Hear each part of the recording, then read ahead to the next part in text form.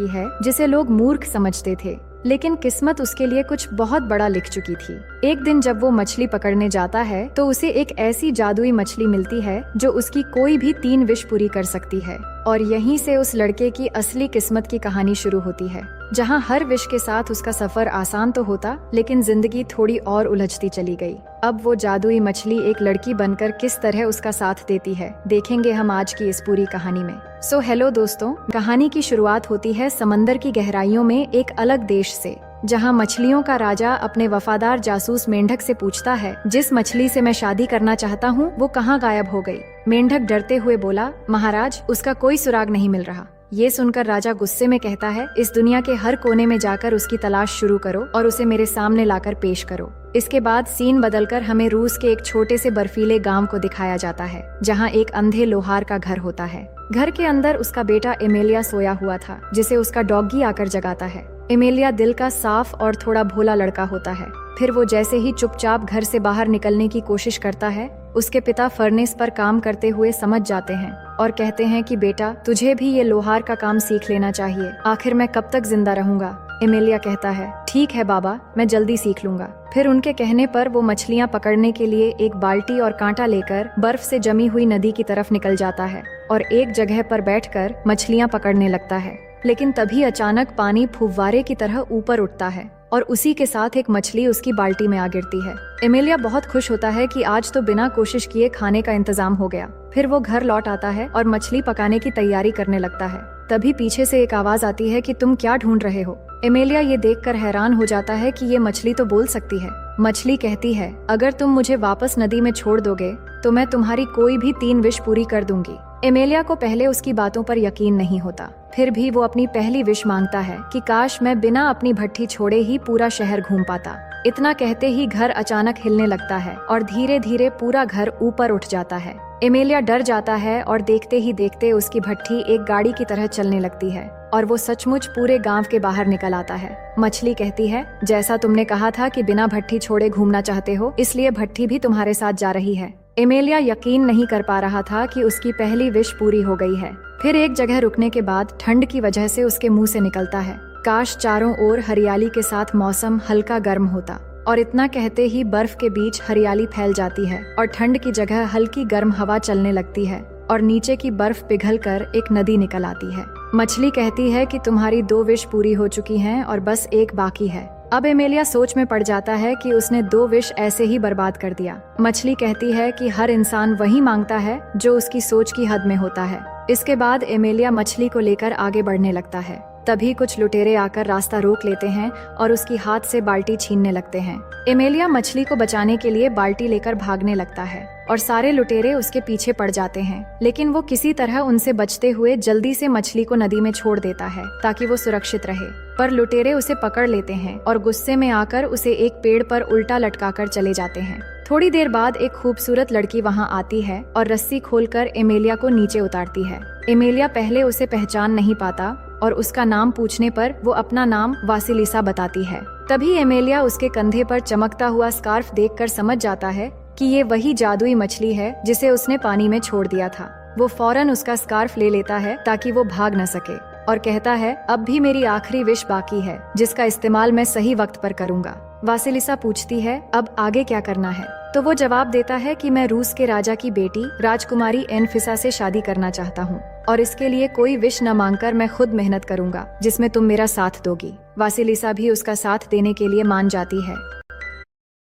बाद हमें राजा का शानदार महल दिखाया जाता है। वहाँ राजकुमारी एनफिसा की नौकरानी आकर बताती है कि इंग्लैंड के राजदूत शादी का न्योता लेकर आ रहे हैं। ये सुनकर एनफिसा बहुत खुश हो जाती है क्योंकि वो हमेशा किसी अंग्रेज से शादी करना चाहती थी, इसलिए जल्दी से तैयार होकर बैठ जाती है। राजदूत आकर राजकुमारी को खुश करने के लिए एक अम्ब्रेला तोहफे में देता है, लेकिन राजा को अंग्रेज बिल्कुल पसंद नहीं थे और वो चाहते हैं कि उनकी बेटी किसी सच्चे और नेक दिल इंसान से शादी करे। लेकिन राजा के मना करने से पहले ही राजदूत कहता है, महाराज, मैं आपके लिए एक खास तोहफा लाया हूँ जिसे देखकर आप बहुत खुश हो जाएंगे। उधर एमेलिया और वासिलिसा भी महल की दीवारों के पास पहुंचकर चुपके से ये सब देख रहे थे।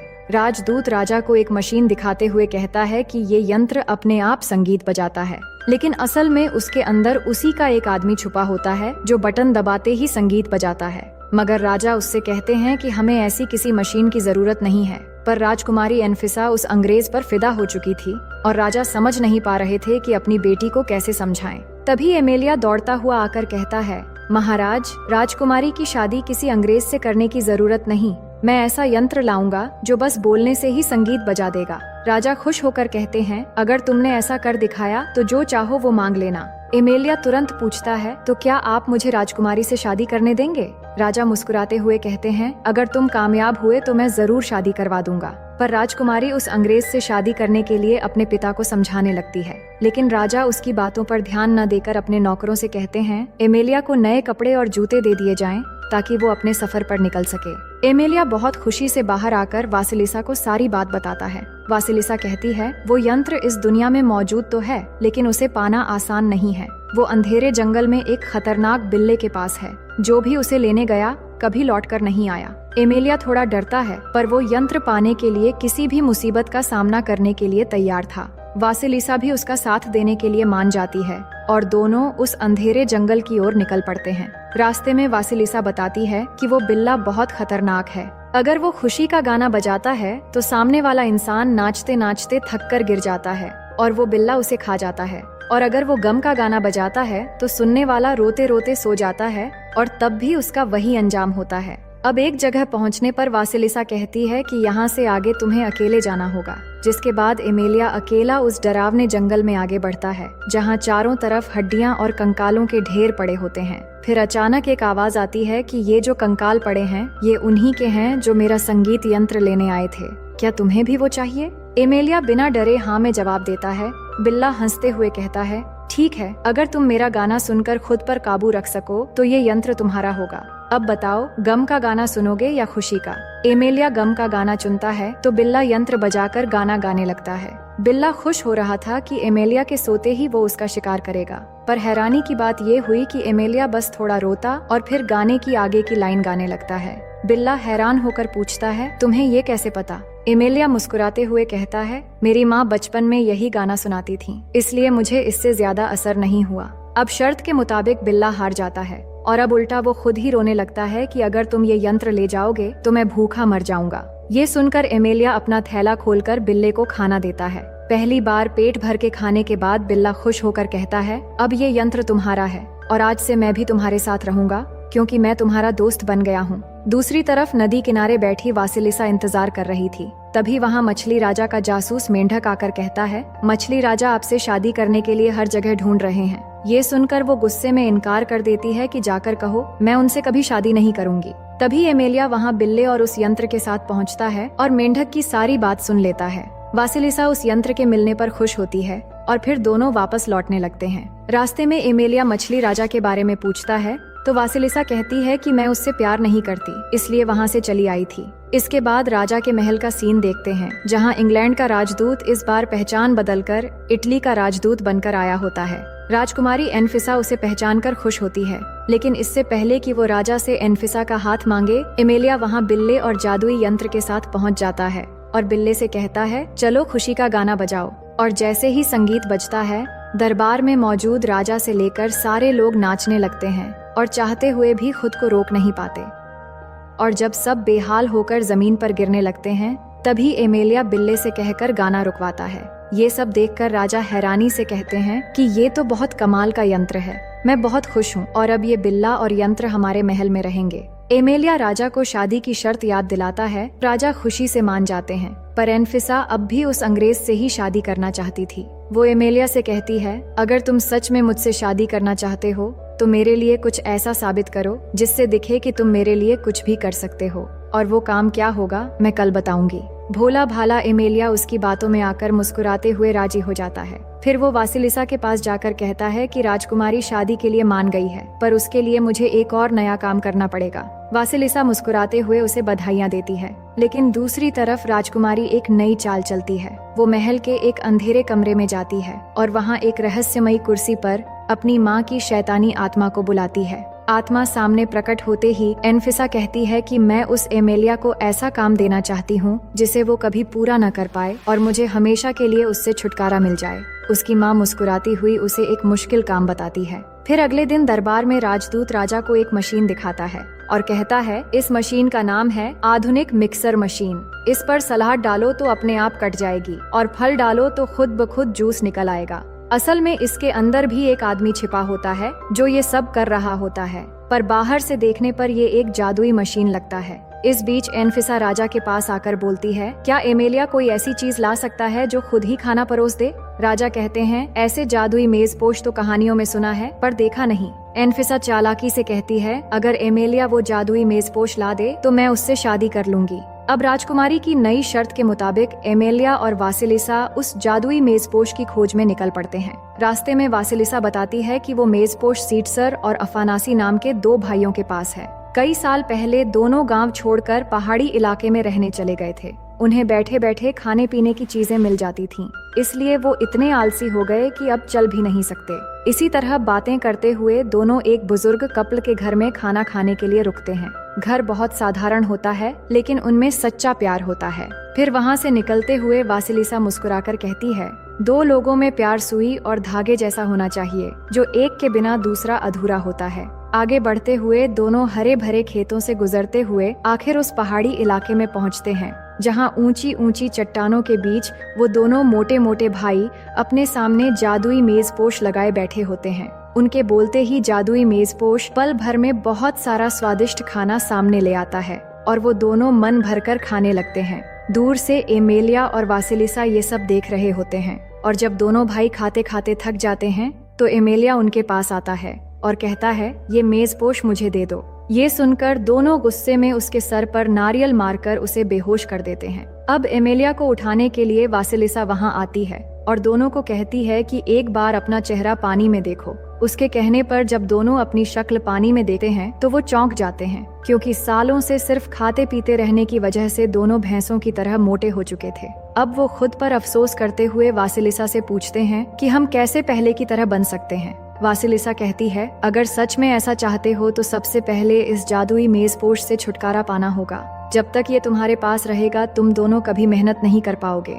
ये सुनकर दोनों भाई शर्मिंदगी से कहते हैं कि तुम सही कह रही हो, इसे ले जाओ। अब वासिलिसा वो मेजपोश ले लेती है और एमेलिया को किसी तरह लेकर वहाँ से निकल जाती है। अब एमेलिया को होश आ जाता है और मेजपोश देखकर वो खुश होने लगता है कि आखिर उसने शर्त पूरी कर ली है। वापसी के रास्ते में जब एमेलिया फूलों के बगीचे से राजकुमारी के लिए फूल तोड़ने लगता है तो वासिलिसा कहती है कि तुम्हें क्यों समझ नहीं आ रहा कि एनफिसा तुमसे शादी नहीं करना चाहती। वो हर बार तुम्हें ऐसे काम देती है जिन्हें तुम कर ही न सको। लेकिन एमेलिया अपनी मासूमियत में कहता है, नहीं एनफिसा, ऐसा नहीं है, बस एक बार मैं ये कर लूं फिर सब ठीक हो जाएगा। एमेलिया की दिल की अच्छाई देखकर वासिलिसा उसके प्यार में पड़ जाती है, पर वो चाहकर भी दिल की बात जाहिर नहीं कर पाती। इसके बाद एमेलिया जब जादुई मेजपोश के साथ राज्य में पहुंचता है तो सब लोग खुश होकर उसके लिए नारे लगाने लगते हैं। राजा गर्व से कहता है कि देखो, अब ये लोगों के दिलों में भी अपनी जगह बना चुका है। लेकिन एनफिसा के चेहरे पर गुस्सा साफ झलकता है। वो फिर से अपनी माँ की आत्मा से पूछती है, अब क्या करूँ? तो वो डरावनी मुस्कान के साथ एक भयानक योजना बताती है। फिर अगले दिन दरबार में एनफिसा सबके सामने कहती है, मैं एमेलिया से शादी करने के लिए तैयार हूँ, पर उससे पहले मैं चाहती हूँ कि वो अंधेरी दुनिया जाकर मेरी माँ से मेरी शादी की इजाजत लेकर आए। राजा ये सुनकर शॉक हो जाता है, क्योंकि अंधेरी दुनिया से जिंदा लौटना नामुमकिन है। लेकिन एमेलिया अपनी आदत के मुताबिक बिना सोचे हाँ कर देता है। फिर वो वासिलिसा से मिलता है तो वो उसे समझाती है कि वहाँ जाना मौत के मुंह में कदम रखने जैसा है। एमेलिया बस मुस्कुराता है कि मौत से क्या डरना जब नीयत साफ हो। फिर अगले दिन वहाँ से निकलकर वो सबसे पहले अपने अंधे पिता से मिलने जाता है। पिता उसकी आवाज सुनकर कहते हैं कि बेटा, तू जिंदा है, मैं तो तुझे ढूंढ भी नहीं सकता क्योंकि मेरी आंखें देख नहीं पाती।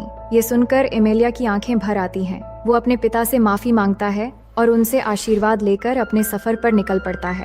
अब रास्ते में वो वासिलिसा से कहता है, मैंने 2 विश ऐसे ही बर्बाद कर दिए, पर अब तीसरी विश से इतना चाहता हूँ कि मेरे पिता फिर से देख सकें। ये सुनते ही वासिलिसा के जादू से उसके पिता की आंखों में फिर से रोशनी लौट आती है। फिर दोनों नदी के किनारे पहुंचते हैं जहां से वो सफर शुरू करने वाले हैं। अब एमेलिया वो मछली वाला जादुई स्कार्फ वापस लौटाकर वासिलिसा को आजाद कर देता है, क्योंकि उसके तीनों विश पूरे हो चुके थे। लेकिन वासिलिसा कहती है कि मैं तुम्हें मुसीबत में अकेला नहीं छोड़ सकती। क्योंकि हम दोनों सुई धागे की तरह एक दूसरे के बिना अधूरे हैं। एमेलिया ये इशारा समझ नहीं पाता और फिर दोनों का सफर शुरू हो जाता है। अब नदी में आगे बढ़ते हुए कुछ दूर जाने के बाद उन्हें चारों ओर बड़ी बड़ी मूर्तियां दिखती हैं। वासिलिसा कहती है कि यहीं से अंधेरी इलाका शुरू होता है। फिर दोनों नाव रोककर एक घाटी में उतरते हैं। तभी इस इलाके के रक्षक की आवाज सुनकर एमेलिया घबरा जाता है, लेकिन वासिलिसा कहती है कि ये मेरे साथ आया है पिताजी। एमेलिया चौंक उठता है कि ये तुम्हारे पिता कैसे हो सकते हैं। रक्षक कहता है कि हाँ, मैं इसका पिता हूँ। मैंने ही इसे एक सच्चे साथी की तलाश में मछली से इंसान बनाया था। अब वासिलिसा अपने पिता को सब कुछ बताती है और उनसे मदद करने के लिए कहती है। सब कुछ सुनने के बाद वो कहते हैं कि रानी ने लालच और सत्ता के लिए निर्दोषों को सताया था, इसलिए उसे अनंत काल तक भूखा रखा गया है। फिर वो रानी की आत्मा को बुलाते हैं तो वो अपने भयंकर रूप में सामने आती है।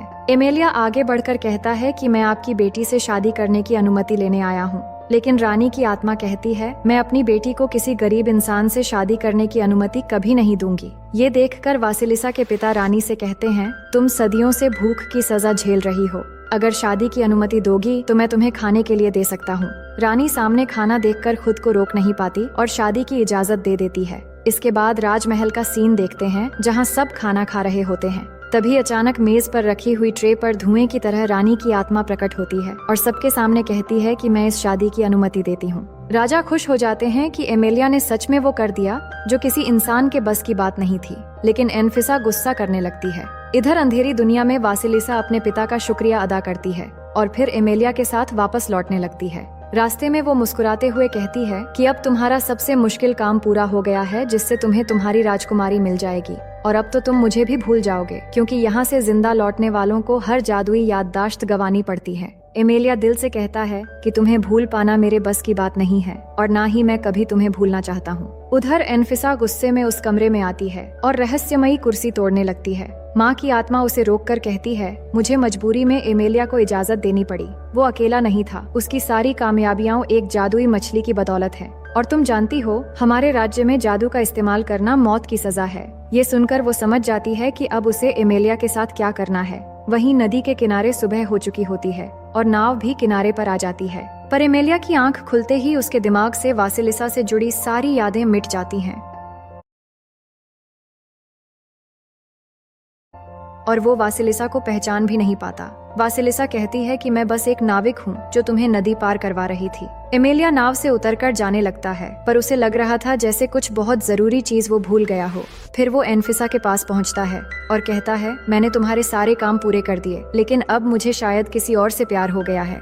एनफिसा चालाकी से पूछती है क्या तुमने ये सारे काम अकेले किए? एमेलिया कहता है नहीं, हर बार शायद किसी जादुई शक्ति ने मेरी मदद की। ये सुनते ही एनफिसा सैनिकों को बुलाकर एमेलिया को पकड़ने का आदेश देती है। फिर अगले दिन सबके सामने उसकी आंखों पर पट्टी बांधी जाती है और ऐलान किया जाता है कि एमेलिया ने राजकुमारी को पाने के लिए जादू का इस्तेमाल किया है, इसलिए उसे मौत की सजा सुनाई जाती है। एमेलिया बहुत दुखी होता है कि जिसके लिए उसने जान भी दांव पर लगा दी वही उसे मारना चाहती है। राजा मजबूर होकर खामोश रहता है, लेकिन जैसे ही सैनिक गोलियां चलाने वाले होते हैं तभी वासिलिसा वहां पहुंच जाती है। वो एनफिसा से कहती है इसे छोड़ दो, जिसके बदले मैं सारी जिंदगी तुम्हारी गुलामी करूंगी और तुम्हारी कोई भी 3 विश पूरी करूंगी। फिर अपना जादुई स्कार्फ एनफिसा को दे देती है। एनफिसा की आंखों में चमक आ जाती है और वो एमेलिया की सजा माफ कर देती है, लेकिन अब उसका घमंड पहले से ज्यादा बढ़ जाता है और पहला विश मांगकर सारी प्रजा को अपनी तरफ करके अपने पिता को कैद करवा देती है और खुद को नई रानी घोषित कर देती है। फिर दूसरा विश मांगती है कि इंग्लैंड का राजकुमार उससे शादी का प्रस्ताव लेकर आए। वासिलिसा की जादू से देखते ही देखते इंग्लैंड के सैनिक राजकुमार का रिश्ता लेकर पहुंच जाते हैं। ये देखकर राजदूत कहता है तुम तो मुझसे शादी करना चाहती थी।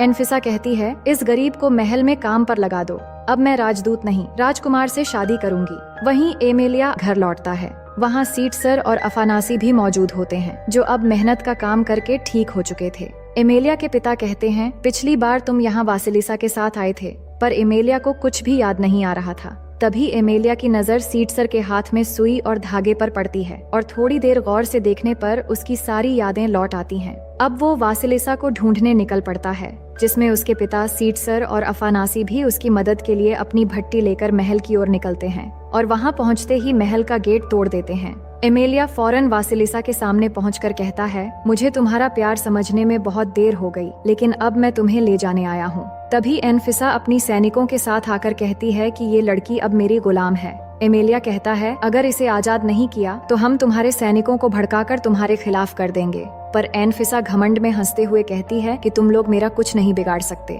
फिर वो वासिलिसा से अपनी तीसरी और आखिरी विश मांगती है कि मुझे बिल्कुल तुम्हारी जैसी जादूगरनी बना दो। वासिलिसा बिना देर किए जैसे ही विश पूरी करती है तो एनफिसा खुद एक मछली में बदलकर एक बाल्टी में गिर जाती है। ये देखकर सब हंसने लगते हैं कि राजकुमारी ने बेवकूफी कर दी और वो चिल्लाने लगती है कि मुझे जल्दी इंसान बनाओ। वासिलिसा कहती है, जादुई मछली अपनी नहीं बल्कि दूसरों की विश पूरी करती है और तुमने जादुई विश के लालच में खुद को ही मछली बना दिया। तभी मछलियों का राजा बाहर आता है और एनफिसा को वासिलिसा समझकर उसे हमेशा के लिए अपने साथ लेकर नीचे चला जाता है। इसके बाद महल में सब कुछ शांत और खुशहाल हो जाता है। राजा फिर से अपने लोगों के बीच लौट आते हैं और एमेलिया वासिलिसा के पास आकर उसे चूम लेता है। वो बहुत खुश होती है क्योंकि एक सच्चे साथी की तलाश आज पूरी हो चुकी है और इसी के साथ ये कहानी यहीं पर खत्म हो जाती है। तो दोस्तों, मैं उम्मीद करती हूँ ये कहानी आपको बेहद पसंद आई होगी।